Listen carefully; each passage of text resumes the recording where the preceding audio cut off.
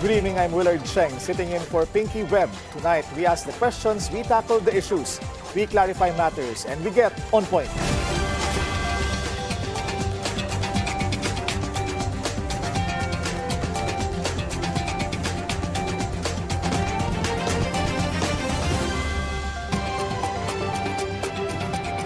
The hearing proper on the impeachment cases against Vice President Sara Duterte is set to begin on March 25th. This after the House Justice Committee found the complaints sufficient in grounds. A House lawmaker claims some members of Congress may be pushing for the VP's impeachment out of fear they could be held accountable for corruption if she wins the presidency. What's really going on behind the scenes? Let's get on point with Navotas City Representative Toby Tiangco. Good evening, sir. Yes, Thank you for coming. Good evening. Yeah. Simulan natin sa bagong development ngayon. Okay. You just filed a resolution Yes. urging the House Justice Committee to speed up its deliberations. Can you elaborate on it? Yes, I mean, it's similar to the resolutions filed by the Speaker, the Majority Leader, and the Minority Leader na ituloy-tuloy yung hearings habang naka-break, no? Yung akin lang may dagdag. It's not only to na ituloy yung hearings, pero tapusin na. I mean, bilisan yung to expedite the resolution of the impeachment case. So, ibig sabihin, bilisan ang hearings at bilisan ang pag-resolve para makakonsentrate na tayong lahat doon sa mas malaking problema, doon sa crisis brought about by the war in the Middle East. No? Kasi yun ang dapat nating tutukan kaagad. So, yun. Kumbaga ngayon, kung hindi pa sapat yung pagpasa doon sa emergency powers para tapyasan ang excise tax, hindi pa yun sapat. Kumbaga may kailangan pang gawin. Hindi pa eh. Because first of all, ang final ko doon is yung VAT, no? Yung sa proposal ko, VAT ang pinapatanggal ko because yung VAT lumalaki habang tumataas yung presyo ng crudo, di ba? Kung 50 pesos, 12% of 50 pesos is 6 pesos. 12% of 100 pesos is 12 pesos, di ba? So, hindi katulad ng excise tax, kahit anong presyo ng fuel, I'm referring to diesel, ay 6 pesos siya, di ba?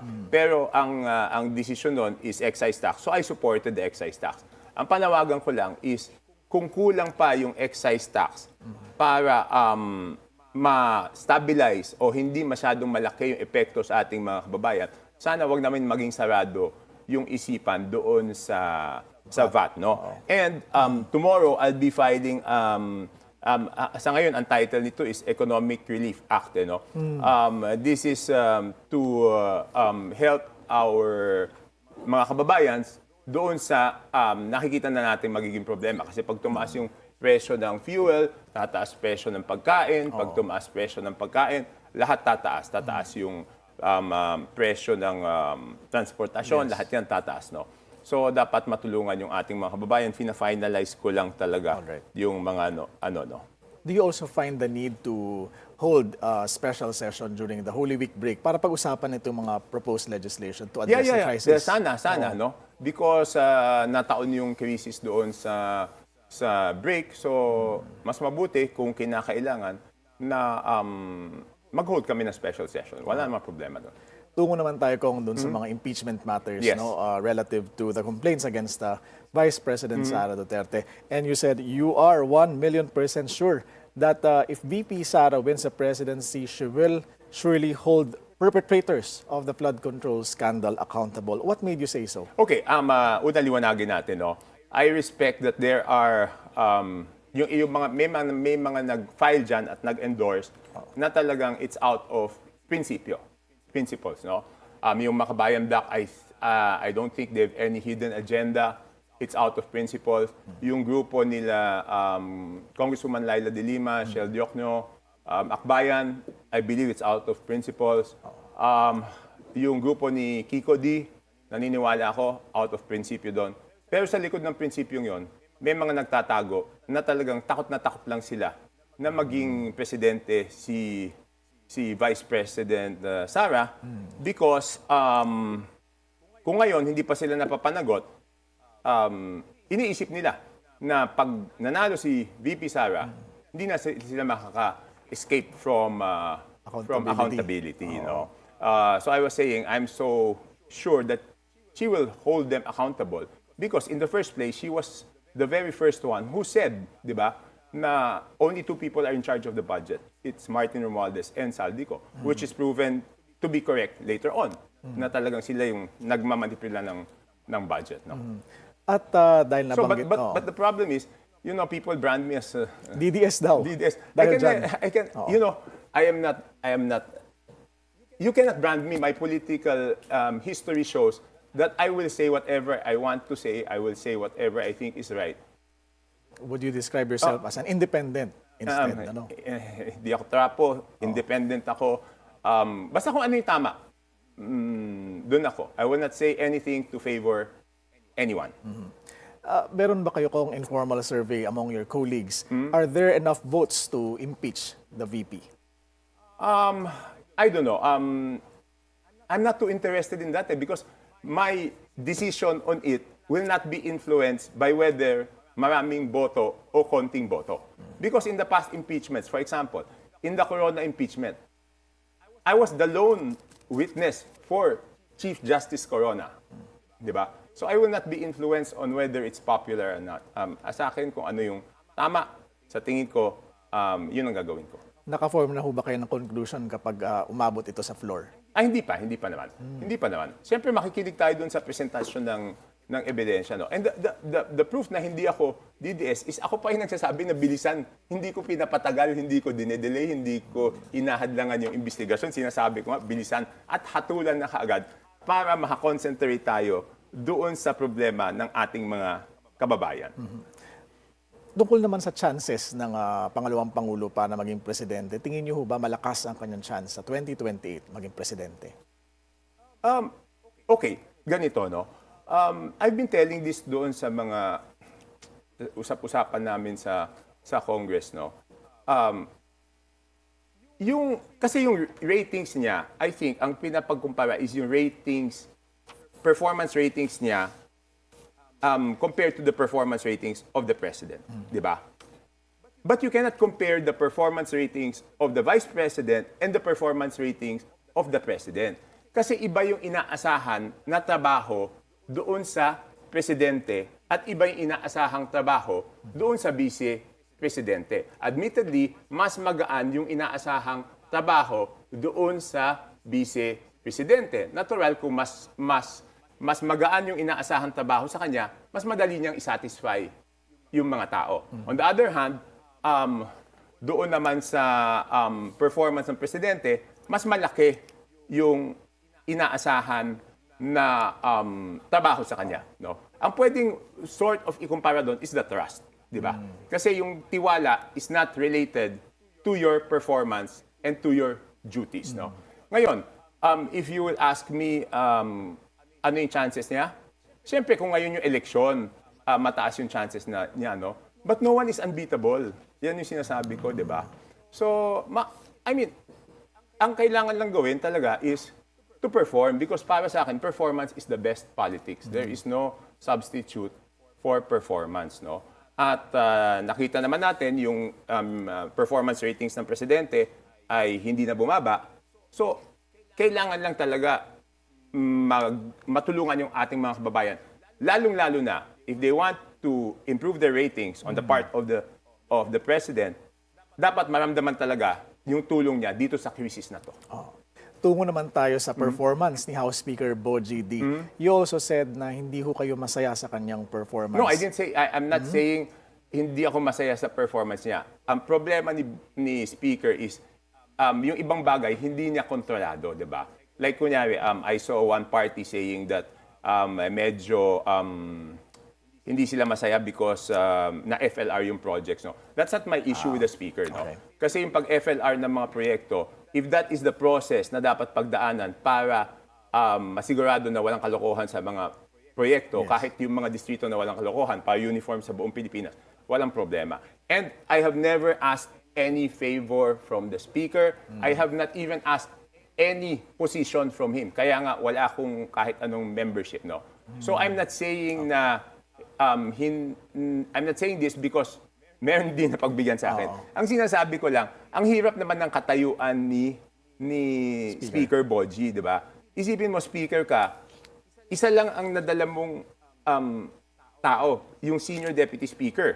Di ba? Tapos lahat nung nakapaligid sa'yo with leadership positions, mga tauhan pa ng former Speaker, no, number one.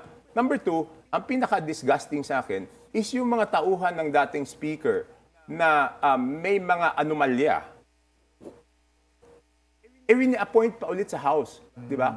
So, paano naman mangyayari, no? So, I think, ang problema kay Boji, he's really very kind. So, I mean, kung ako hihingan niya ng payo, dapat siyang speaker eh.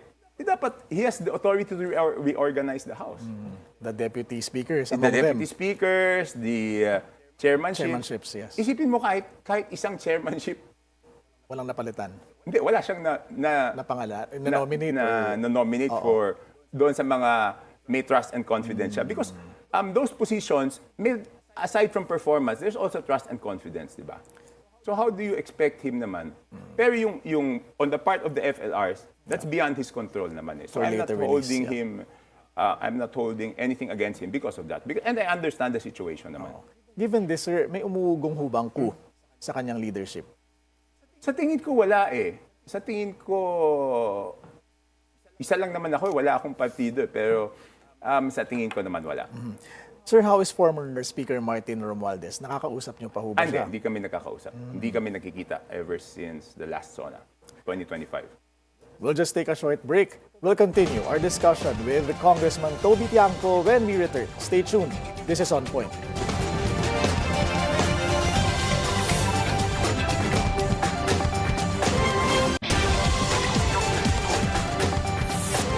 Welcome back and still with us, Navotas Congressman Toby Tiangco. Sir, tungo naman tayo doon sa paglutang ng mga 18 ex-Marines na sinasabing mga security aides sila dati ni Zaldico. And you have also been a vocal critic of Zaldico. What do you think of their claims? May mga sinasabi sila na naniniwala ako at alam kong totoo. Pero meron din naman silang mga sinasabi na hindi ako fully convinced na totoo. Hindi pa ako fully convinced, no.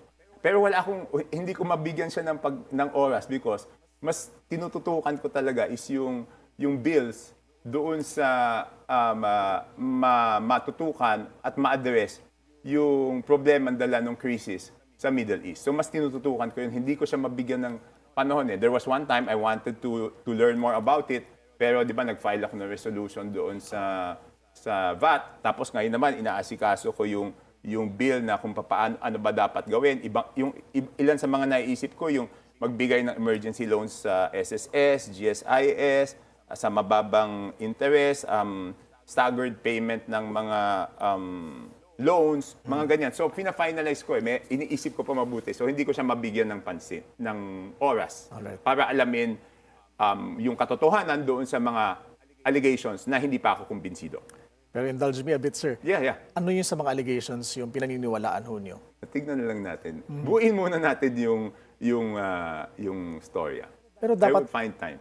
dapat ho bang buksan ng Blue Ribbon Committee ng Senado yung kanilang pinto sa kanilang testimonya?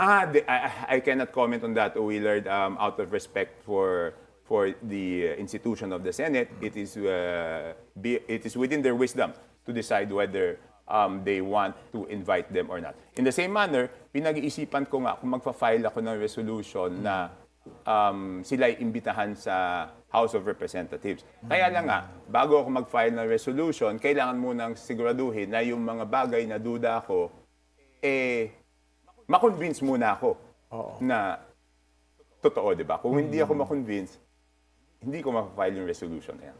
Ang sinasabi kasi ng kampo nila, dapat imbestigahan sina former House Speaker Martin Romualdez, Zaldico. Bakit daw sila ang tinututukan ng mga investigative bodies? That is my frustration, no? That is my frustration. That is my disappointment. Na wala pang nakakasuhan na big fish ngayon, no? And I think I was criticized yesterday about that. Na dahil daw sinabi kong disappointed ako at frustrated ako at disgusted ako, anti-BBM naman daw ako. Diba? So, hindi ganun eh. So, ang question ko doon sa mga nagsasabi niyan, ang ibig bang sabihin, dapat matuwa ako na yung pangalang Marcos ay nasama ulit sa issue ng corruption, even indirectly, because through his cousin, Martin Romualdez. Ibig sabihin, kung ako ay pro-BBM, dapat matuwa ako na nadawit yung pangalan nila dito. At hindi naman ako sasama doon sa mga sip-sip na pinupuri sila at hindi sinasabi yung totoong nararamdaman ng mga mamamayan, di ba? Eh, siyempre, alam ko, may mga nakapaligid dyan kung anong sabihin, walang problema yan, huwag kayong mag-alala, ganito, ganyan. Hindi naman ako sip-sip sa kahit sinong politiko ever since before. How then, sir, would you assess the performance of ICI? Kasi magsha-shutdown na sila by March 31. That is one of my frustrations. Again, I filed the, yung makabayan nag-file ng Independent Commission Against Infrastructure Corruption. Yeah. So I think it was necessary. So I filed the same also. Tapos in overtime namin yan. Right after nag-break kami for Undas, nung bumalik kami, I think it was November 13, minaraton namin yan with the Makabayan Bloc, with sina Congressman Erice, with the minority, with sina Chel Dirocno. 1 to 6 p.m. Tinapos namin. Tapos biglang from November 13, walang nangyari. Ano ho bang kwento? Bakit? Hindi ko alam. Kumbaga wala na. Hindi ko alam. That's one of the reasons why. Hindi ko alam. Bakit wala pang nananagot na big fish hanggang ngayon. So it was in that context that I said that I am sure that VP Sara will hold all of them accountable.